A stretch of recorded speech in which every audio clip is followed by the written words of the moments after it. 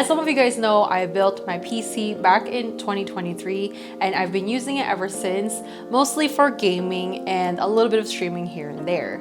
I figured it's time to also use my PC to mainly edit my videos. I currently use a Canon R5 as my main camera, and if you guys have worked with that camera, a lot of the file sizes from that camera tend to be a little bit bigger. Over time, I noticed that I can definitely get more work out of my R5 if I have a more reliable PC that has a stronger performance as well as more storage. As you guys can see behind me, I have all the parts here, so let me show you what we got. For starters, the PC case. For the PC case, I chose the NZXT H3 Flow. I got so used to a small PC that I wanted something that wasn't too big because I am still planning on putting this on top of my desk, and it's a little bit bigger than my NZXT H1 V2 case, so I thought this size was good. This case just came out a month ago and is a mid-tower case. I got this in white and it cost around $79, so it's just a really great budget case. However, it did not come with fans, so I also picked up these white RGB fans to keep up with its mostly white theme. For my motherboard, this is the Gigabyte B860M AORUS Elite Wi-Fi. This is one of the few motherboards that came in all white. We love the Gigabyte brand and we've used them in the past and have had no issues with them. For my CPU, I decided to get the Intel Core Ultra 265KF instead of the K version because Newegg is running a deal at the moment where you can get these for $259, which comes with a free AIO liquid cooler and 2 games for free. The 265K is also $259. That's an even better value because it's usually a $400 CPU. However, I don't personally plan on overclocking, and even if I did, I would also have to upgrade to a more expensive motherboard. Not by much, but again, I don't plan on overclocking, so it's not something I need. I also won't need integrated graphics because I already have a graphics card.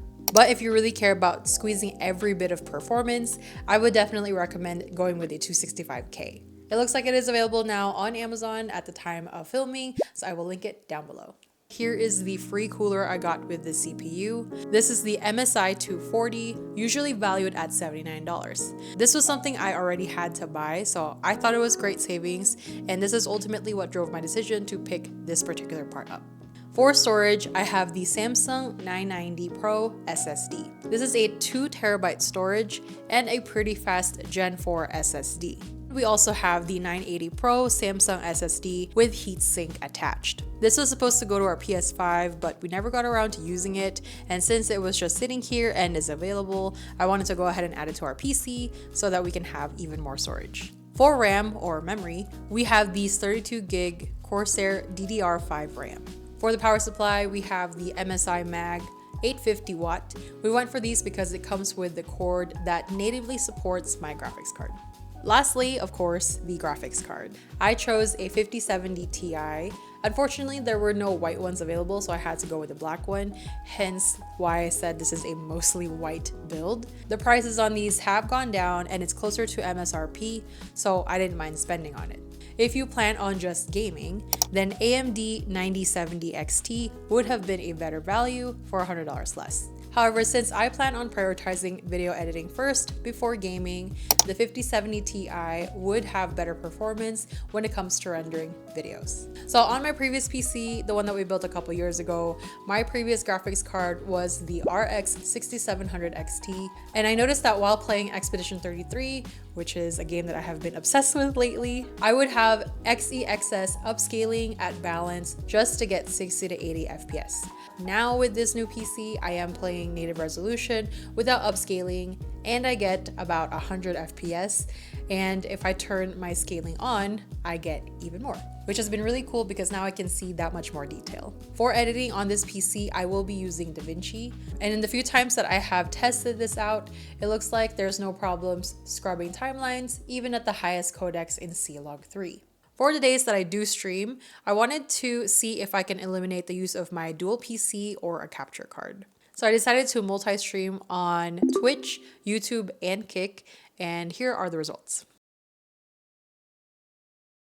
So it's been a couple days after we've built the PC. Everything so far has been working great, but for this portion, as you can see, we have the PC behind me. I have my laptop hooked up. I typically do dual PC for my streams in my old computer upstairs using my MacBook as well as the PC. I want to see if this PC can handle multi-streaming without any lag, any problem playing back my stream. If that doesn't work, we're gonna have to do a dual PC setup. First, I'm gonna start with just the PC test for the stream, show you a comparison of the dual PC setup and see if there is any improvement or if there's a huge difference. So also just to show you, for those who are curious, I've sort of rearranged my desk in a way that is as neat as I possibly can. So I have my dual monitor set up here. And then of course I told you guys my laptop and of course my PC. Ignore this. This is my Elgato key light to help illuminate the stream.